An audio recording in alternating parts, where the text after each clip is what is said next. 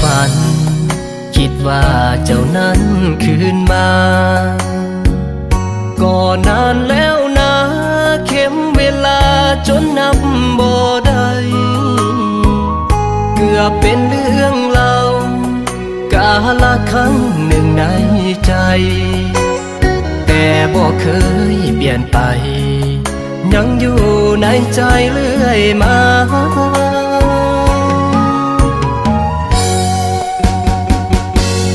อยากรู้ว่า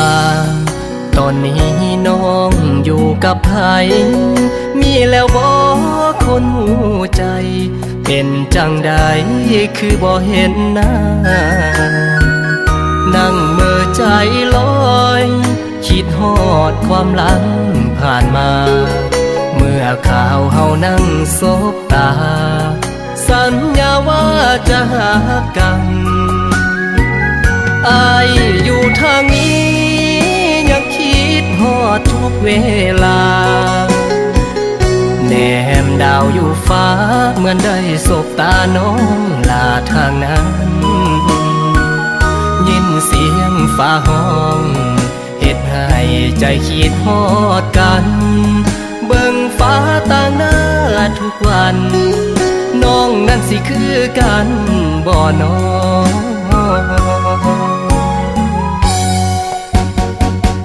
ก้อนเมฆสีเทา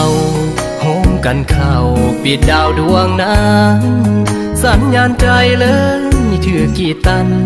ให้อายนั้นบ่ได้คิดต่อฝากลมห่มฟ้า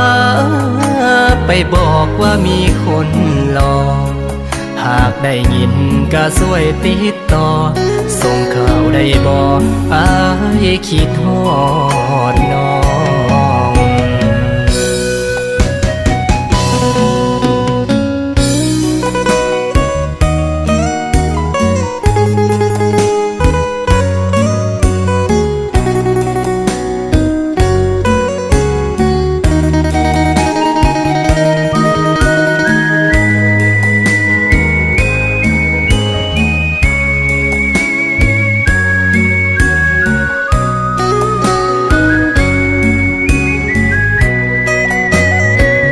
อายอยู่ทางนี้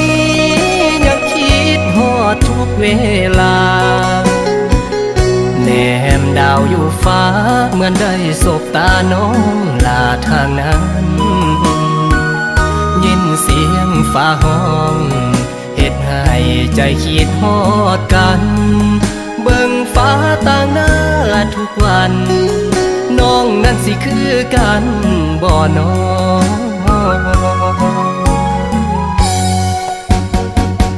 ก้อนเมฆสีเทาโฮมกันเข้าปิดดาวดวงนั้นสัญญาณใจเลยถือกี่ตันให้อายนั้นบ่ได้คิดต่อฝากลมห่มฟ้าไปบอกว่ามีคนรอหากได้ยินก็ช่วยติดต่อส่งข่าวได้บอกอายคิดฮอดน้อง